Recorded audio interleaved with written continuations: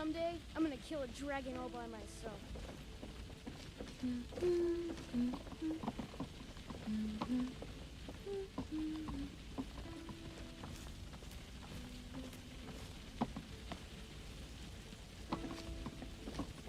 Your skin's as pale as the snow. You scared of sunlight or something?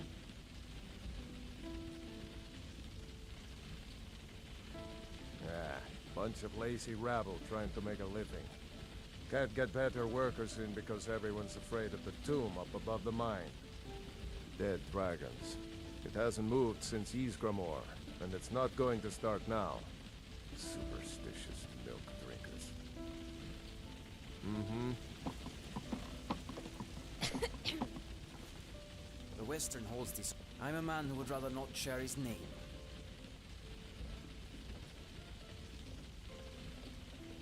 Because I am a man who fought on the plains of Whiterun, who could have gained entry to Shore's glorious hall, but in the face of death, begged for mercy instead. On that day, I disgraced myself and my family. I have come to Kyne's Grove in the hope that I may one day restore honor to my name. It is only with Kyne's blessings that I could ever dare to face my family once more. Aye.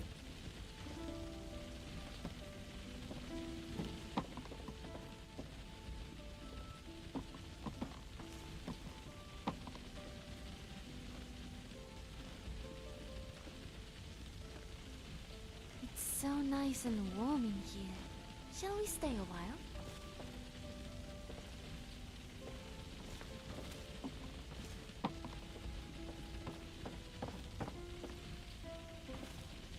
Oh, great. Another wanderer.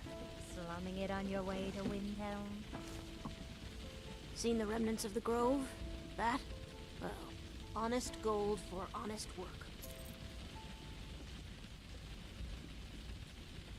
We got the mill up and running before we found out that the big stand of trees on the hill was sacred. Now we can't cut them, and we can't afford to buy another mill somewhere else. So we scrounge whatever we can from around the tundra.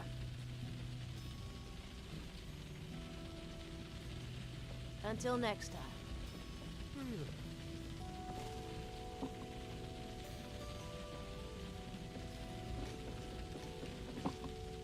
Speak.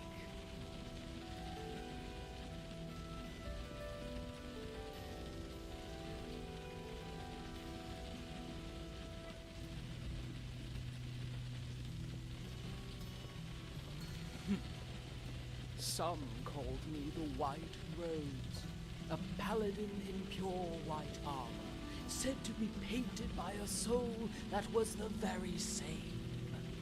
Huh. I deceived all of Cyrodiil with my feats of valor. The liberation of Fort Farragut, the vanquishing of the warlocks of Quickwater Cave. All a ruse, an unctuous gambit to earn the trust of the fair Countess. Then, without cause, motive, or provocation, I stabbed her in the chest. Thank the divines, the steward was there to witness the entire deed, and to provide the Countess with the health potion that saved her life. Of course, he never saw my face, but there was no mistaking my armor, and no mistaking the petals of blood that stained its chest plate. So it was obviously I who, jealous over her love of the Count, clumsily stabbed the woman I was sworn to protect.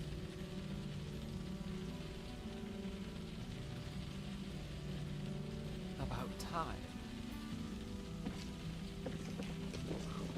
What?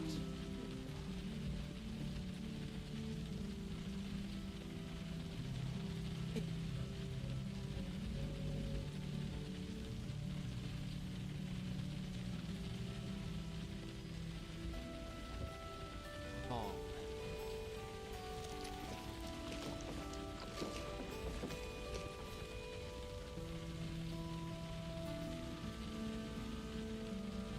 If you bring me... Well, ever tried making your own? It's, not easy. Trust me. What is it? Some called me the White Rose, a paladin in pure white armor, said to be painted by a soul that was the very same. Ugh. I deceived all of Cyrodiil with my feats of valor.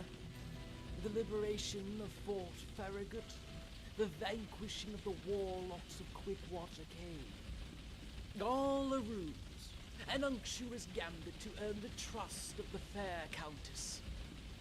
Then, without cause, motive, or provocation, I stabbed her in the chest. Thank the divines, the steward was there to witness the entire deed, and to provide the Countess with the health potion that saved her life.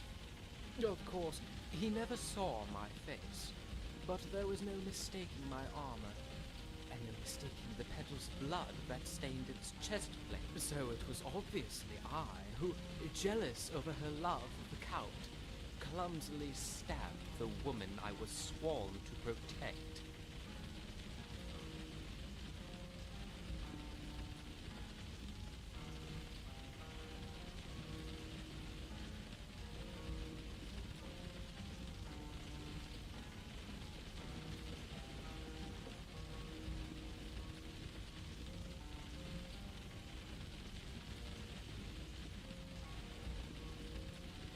No, that's impossible. Heavy armor is so comfortable to sleep in. At no point would I remove it and allow an enterprising thief to purloin it. It matters not. The evidence points to me. There is no other explanation. The Countess chose exile to be my sentence, and so I serve.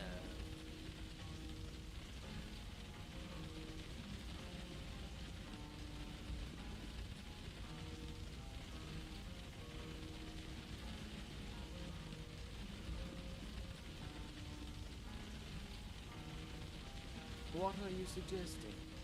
That I am not a traitor? That I am not a drunk? This belly full of mead begs to differ. I am the Knight of Thorns, and to say otherwise is to defy the Countess of Shadenhall. Yet perhaps that is precisely what a traitor would do. I could embrace my decorated past, and challenge all those who say I am tainted.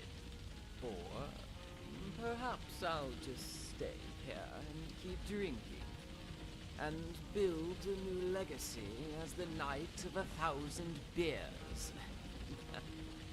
Now leave me be.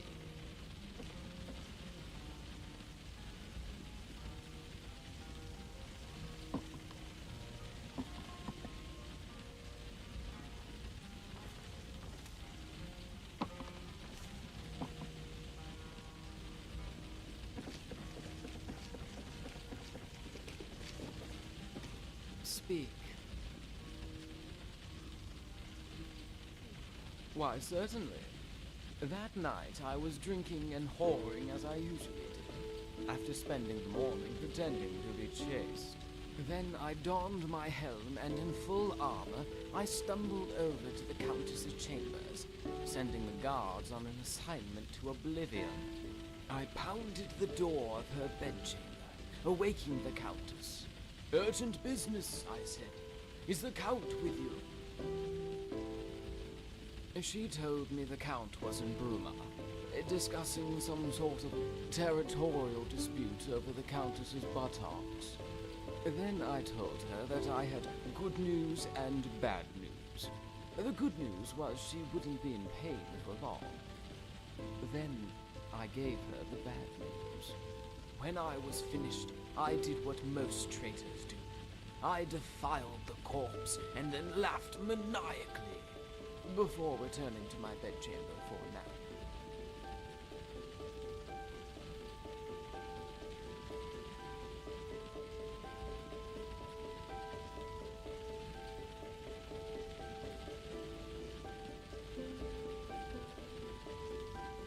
Who said I was losing any sleep? Yes, I may look a bit weary, but who are you going to believe? Me or your own eyes? And be careful how you answer that. The Knight of Thorns has been known to slay anyone who disagrees with him.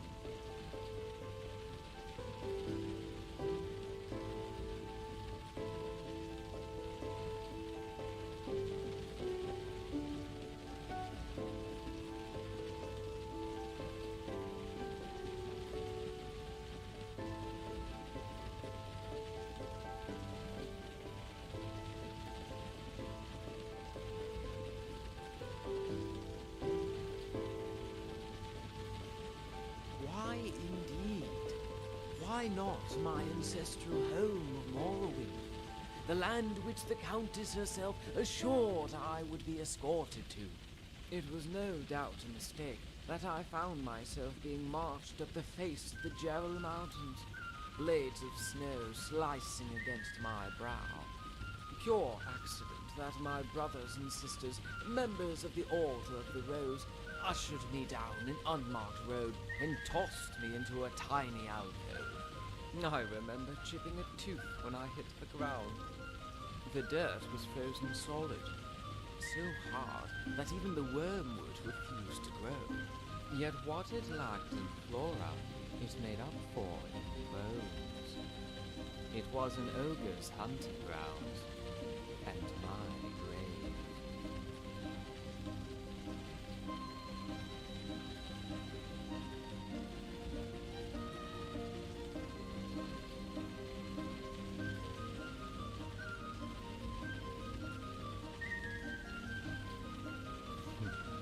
I laid in that fallow pit for an entire night, waiting for my death. Welcome it. Then, as the hour grew darkest, I thought the snow had finally begun to recede. Only when I looked up, I found it had gathered on the back of the biggest, ugliest ogre I had ever seen.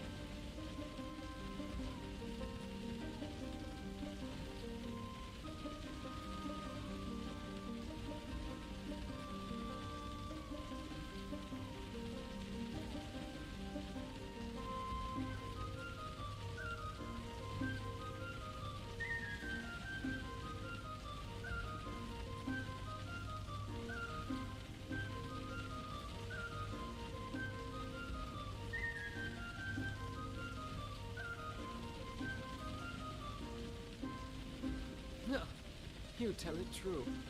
That is, if I were dignified enough to qualify as feeble waste. I have no doubt my infamy reached this particular ogre's ears, as even he would not deign to gnaw on my traitorous bones.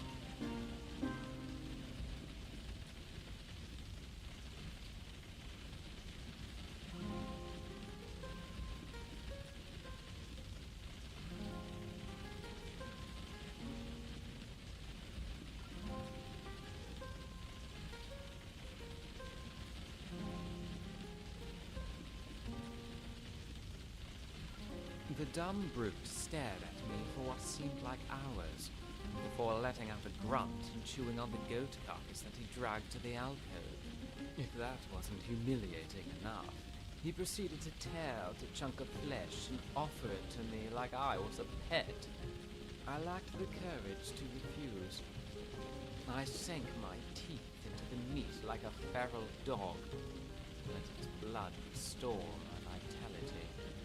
Rather than face my death with honor, the next morning I used that strength to flee north, crossing the border to Skyrim.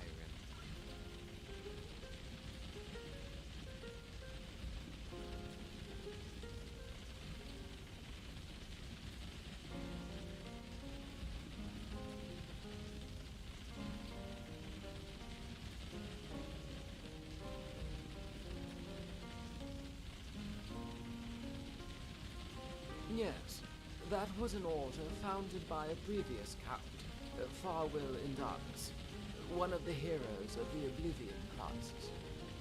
At one point, however, one of his descendants, who disliked the thorny sigil, decided to alter it to suit her tastes. She was fond of roses, so the Knights of the Thorn became the Order of the Roses. fighter is chosen as much for their incorruptible honor as their skill in battle. We swore an oath to more than the count. We swore to uphold the very essence of virtue. We were the unsullied, the unspoiled.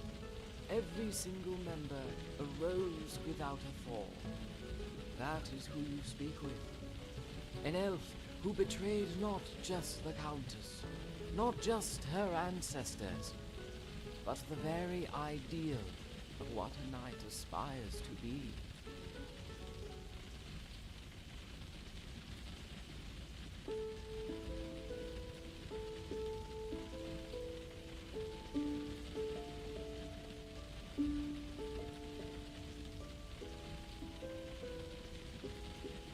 We did more than obey the laws of gods and men. To fight lust, we swore an oath of celibacy. To fight indolence, we promised to be punctual. To fight passion, we refused to drink. And to fight greed, we often shared our spoils with the townsfolk. We were more than just honorable, more than mere knights. We were immaculate.